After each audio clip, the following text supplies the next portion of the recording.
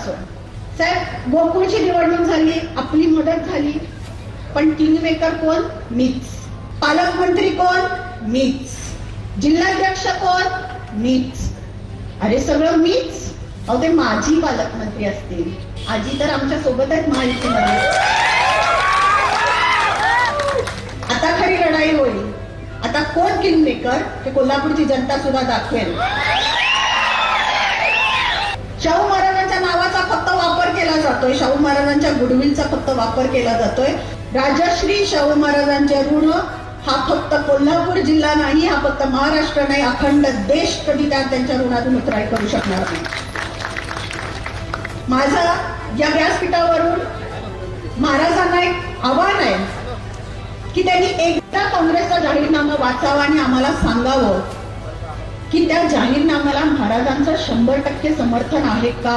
जेव्हा संजय राऊत, जे आत्ताच्या उबाटा शिवसेनेचे प्रवक्ते आहेत, त्यांनी म्हटलं होतं की उदयनराजेंनी पुरावा द्यावा छत्रपती शिवाजी महाराजांच्या वंशज असलेचा, तेव्हा गादीचा अपमान झाला नाही. मातोश्रीची पायरी जेव्हा संभाजीराजे चढले, तेव्हा त्यांना उद्धव साहेबांच्याकडनं सांगण्यात आलं की जोपर्यंत तुम्ही शिवबंधन हातात बांधत नाही तोपर्यंत तुम्हाला उमेदवारी नाही, आणि म्हणून त्यांना स्वराज्य संघटना काढावी लागली. तर किमान मला वाटतं महाराजांनी स्वराज्य संघटनेचं जरी तिकीट घेतलं असतं तरी आम्ही समजू शकलो असतो. पण काँग्रेसचं, आणि आज ते उद्धव ठाकरे प्रचाराला येणार, त्या उद्धव ठाकरेंना घ्यायला तुम्ही पोर्च पर्यंत खाली उतरता. त्यांनी संभाजीराजांना तिकीट नाकारलं. स्पेशियस, लक्झुरियस, सगळं मिळेल अगदी मनासारखं. बटू बिल्डर्स यांचा नवीन गृहप्रकल्प गृहलक्ष्मी रचना. अखंड भारताचं जे स्वप्न आपण बघितलं ते मला वाटतं आज मोदींच्या नेतृत्वाखाली पूर्ण झालेलं आहे. एक देश, एक निशाण आणि एक संविधान करण्याचं काम जर कोणी केलं असेल तर ते नरेंद्र मोदींनी केलेलं आहे. माझा या व्यासपीठावरून महाराजांना एक आव्हान आहे की त्यांनी एकदा काँग्रेसचा जाहीरनामा वाचावा आणि आम्हाला सांगावं की त्या जाहीरनाम्याला महाराजांचं 100% समर्थन आहे का. कारण त्या जाहीरनाम्यात तर लिहिलेलं आहे की 370 कलम आम्ही पुन्हा लागू करणार. हे महाराजांना मान्य आहे का.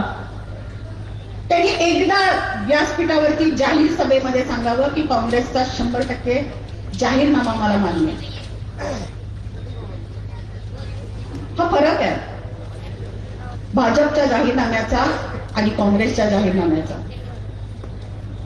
आज समतेचा विचार घेऊन उतरलेली लोक समतेचा संदेशच काय आहे विसरलेली आहेत.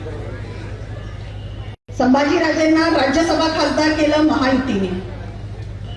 त्यांनी 5 वर्षामध्ये काय कामं केलं हे विचारण्याचा अधिकार तुम्हाला आम्हाला आहे, कारण शेवटी लोकशाही आहे. लोकशाहीने निवडणुका लढायच्या आहेत आपल्याला. याच दरम्यान जेव्हा 6 वर्ष राज्यसभा खासदारकी संभाजीराजेंची संपली आणि संभाजीराजेंना पुन्हा एकदा निवडणुकीला सामोरं जायचं होतं, तेव्हा हीच मंडळी होती ज्यांनी त्यांना तिकीट नाकारलं होतं. मातोश्रीची पायरी जेव्हा संभाजीराजे चढले, तेव्हा त्यांना उद्धव साहेबांच्याकडनं सांगण्यात आलं की जोपर्यंत तुम्ही शिवबंधन हातात बांधत नाही तोपर्यंत तुम्हाला उमेदवारी नाही, आणि म्हणून त्यांना स्वराज्य संघटना काढावी लागली. तर किमान मला वाटतं महाराजांनी स्वराज्य संघटनेचं जरी तिकीट घेतलं असतं तरी आम्ही समजू शकलो असतो. पण काँग्रेसचं, आणि आज ते उद्धव ठाकरे प्रचाराला येणार, त्या उद्धव ठाकरेंना घ्यायला तुम्ही पोर्च पर्यंत खाली उतरता. त्यांनी संभाजीराजांना तिकीट नाकारलं, आणि ज्या भाजपनी सन्मानाने त्यांना राज्यसभा खासदार केलं त्यावेळेस हेच लोक काय म्हटले होते, आता छत्रपती पेशव्यांची चाकरी करणार का. हीच होती ना ती लोक. आता पेशवे छत्रपतींची नेमणूक करणार का, हेच होते ना शब्द. तेव्हा गादीचा अपमान झाला नाही, तेव्हा कोल्हापूरच्या अस्मितेला ठेच पोचली नाही, तेव्हा काय सगळेजण गप्प होते. जेव्हा संजय राऊत, जे आत्ताच्या उबाटा शिवसेनेचे प्रवक्ते आहेत, त्यांनी म्हटलं होतं की उदयनराजेंनी पुरावा द्यावा छत्रपती शिवाजी महाराजांच्या वंशज असलेचा, तेव्हा गादीचा अपमान झाला नाही. मग तेव्हा ही सगळी मंडळी गप्प का होती? आणि आज त्याच लोकांना घेऊन त्याच लोकांच्या नेतृत्वाखाली तुम्ही ही निवडणूक लढवताय. काय अवस्था आहे ही? काय दुर्दैव आहे कोल्हापूरचं. मी याही पूर्वी म्हटले, आताही म्हणते, मान गादीला आहे, मान महाराजांना कायम राहणार आहे. राजश्री शाहू महाराजांचे ऋण हा फक्त कोल्हापूर जिल्हा नाही, हा फक्त महाराष्ट्र नाही, अखंड देश कधी त्यांच्या ऋणातून उतराई करू शकणार नाही. पण म्हणून त्या राजांनी 100 वर्षापूर्वी जशी जनतेची काळजी घेतली तशी आत्ताच्या राजांनी घेणं अपेक्षित होतं का नाही? मंडलिक साहेब जिथं प्रचाराला जात आहेत तिथं मी काय काम केलं हे मांडतायत 5 वर्षापूर्वी. आपले दिवंगत सदाशिवरावजी मंडलिक साहेब यांनी काय कामं केली त्याच्यावरती ते मतं मागत नाहीयेत. मग कमीत कमी जर महाराज यापूर्वी कधीही निवडणुकीमध्ये उतरले नाहीत, कधीही राजकारणामध्ये आलेले नाहीत, पण संभाजीराजे तरी होते 6 वर्ष राज्यसभा खासदार, कमीत कमी त्यांनी त्यांच्या कामावरती तरी मतं मागावी. 100 वर्षापूर्वी राजश्री शाहू महाराजांनी जी कामं केली त्याच्यावरती आपण वंशज म्हणून मतं मागणं किती योग्य आहे? वंशज तर आम्ही पण आहोत. राजघराण्यात जन्माला येणं आणि एखाद्या एवढ्या मोठ्या घराण्याचं वंशज असणं हीच सगळ्यात मोठी जबाबदारी आपल्यावरती पहिला असते. आपण बाहेर कसं राहतो, कसं बोलतो, कसं वागतो, या सगळ्या गोष्टी खूप विचार करून कराव्या लागतात.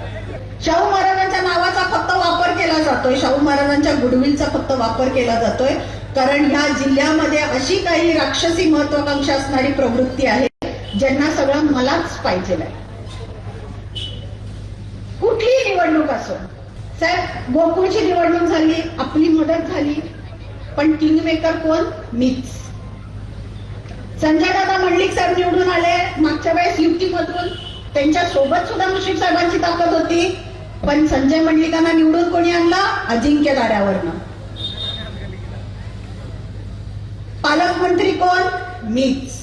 जिल्हाध्यक्ष कोण? मीच. अरे सगळं मीच. मला तर वाईट वाटतंय की उद्या छत्रपती महाराजांना म्हणायला नको की वाड्यावरची वाट सुद्धा अजिंक्य दाड्याच्या समोरनं जाते, लक्षात ठेवावं म्हणून.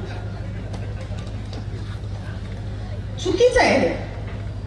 अजून किती दिवस आपण सहन करणार आहे? म्हणजे काय आपली कोणाची काय ताकदच नाही? सगळं ते एकटेच करतात. अहो ते माजी पालकमंत्री असतील, आजी तर आमच्या सोबत आहेत महायुतीमध्ये. आता खरी लढाई होईल. आता कोण किंगमेकर हे कोल्हापूरची जनता सुद्धा दाखवेल.